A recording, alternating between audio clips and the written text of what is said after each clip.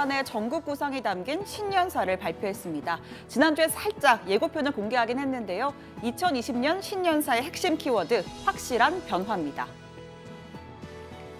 자기 자리에서 최선을 다해 주신 국민들께 깊이 감사드리며 올 한 해 확실한 변화로 국민의 노고에 보답하겠습니다. 네, 어디서 어떤 변화를 보여줄 건지도 자세히 풀어나갔습니다. 전체 9천여 자 분량에서 과반 이상을 경제, 민생 이슈에 할애했는데요. 문 대통령은 청년 고용률이 13년 만에 최고치를 기록하는 등 일자리가 뚜렷한 회복세를 보이고 있다라고 말한 뒤 올해는 경제 중추인 40대 또 제조업 분야에 대한 맞춤형 종합대책을 마련하겠다고 강조했습니다. 또 근로 장려금 확대와 기초연금 인상 등 저소득 취약계층에 대한 지원을 더 넓히겠다고도 했고요. 마지막으로 문재인 정부의 아픈 손가락, 부동산 이슈도 거론했습니다.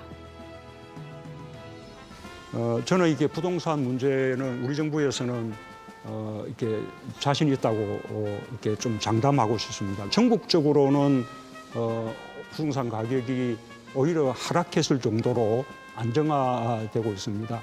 바로 오늘 아침 KBS 8시 뉴스 상위 10%와 하위 10%의 집값 차이가 무려 38배가 벌어졌다는 뜻은 1년 사이에 한 10억 원, 9억 원이 넘는 이렇게 올랐는데 대통령의 현실 인식이 너무나도 좀 잘못되어 있다는.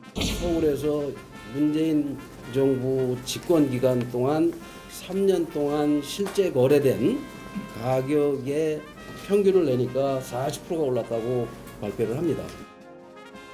네, 지난해 11월 국민과의 대화에서였죠. 문 대통령은 부동산 정책만큼은 자신이 있다라고 했지만 현실에선 연일 집값 고공행진, 최고가 경신 같은 소식이 쏟아지던 시점이었습니다. 정치권은 물론 진보 성향의 경제단체의 비판이 이어졌었는데요. 그리고 한 달 뒤 정부는 각종 규제를 총망라한 12.16 부동산 종합대책을 기습 발표합니다. 강력한 대출 규제 방침이 담긴 강도면에선 역대급 대책이었습니다. 이어 오늘 신년사에서도 문 대통령은 부동산 투기와의 전쟁을 선포했습니다. 부동산 시장의 안정, 실수요자 보호, 투기 억제에 대한 정부의 의지는 확고합니다. 부동산 투기와의 전쟁에서 결코 지지 않을 것입니다. 자, 사회 이슈에 대해서는요, 공정을 주제로 풀었습니다. 공수처법 등 검찰개혁 이슈에 대해서 누구나 법 앞에서 특권을 누리지 못하고 평등하고 공정하게 적용되도록 하는 제도적 장치라고 평가했습니다. 수사권 조정 법안까지 처리되면 법 제도적 기반이 완성돼 더욱 공정한 사회가 될 것이라고 강조했습니다. 자, 마지막으로 북한입니다. 올해는 6.15 남북 공동선언이 20주년을 맞는 해이기도 한데요. 이 남북관계 아쉽게도 북미 협상 교착의 여파로 솔직히 낙관할 수는 없는 상태입니다. 자, 그렇다고 가만히 있을 수는 없다. 남북관계 개선을 통해 북미 관계를 이끌겠다라는 게 문 대통령 구상인데요. 2018년 9월 평양 공동선언 이후 처음으로 김정은 위원장의 답방을 제안했습니다. 다른 판문점에서도 우리 만났고 평양에서도 만났고 했는데 여기서 이렇게 같이 있는다는 게 좀 감격스럽고. 진짜 한라산에서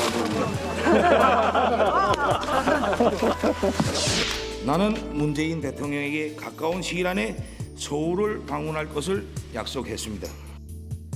네, 이 당시에 연내 답방이 성사될 거란 관측이 나오면서 김정은 위원장이 남산타워를 간다, KTX를 탄다, 제주도를 간다, 정말 이런 설 저런 설들이 난무했습니다.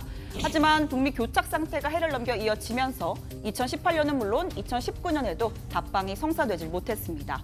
문 대통령은 나는 거듭 만나고 끊임없이 대화할 용의가 있다면서 김정은 위원장의 답방을 재차 제안했습니다. 지난 1년간 남북 협력에서 더 큰 진전을 이루지 못한 아쉬움이 큽니다. 김정은 위원장의 답방을 위한 여건이 하루빨리 갖춰질 수 있도록 구체적인 협력 방안도 제안했습니다. 먼저 접경지역 협력, 그리고 북한 관광의 활성화에 도움을 줄 남북 철도 연결 사업, 그리고 개성공단과 금강산 관광 재개 노력과 도쿄올림픽 공동 입장, 2032년 올림픽 남북 공동 개최 등 스포츠 교류까지 다양한 분야를 아울렀습니다.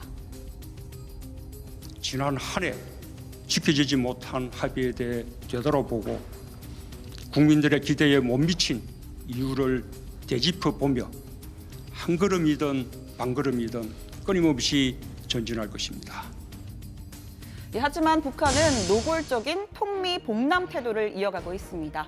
지난주 김정은 위원장의 신년사를 대체한 전원회의 보고에서 남북관계 언급은 단 한 줄도 없었습니다.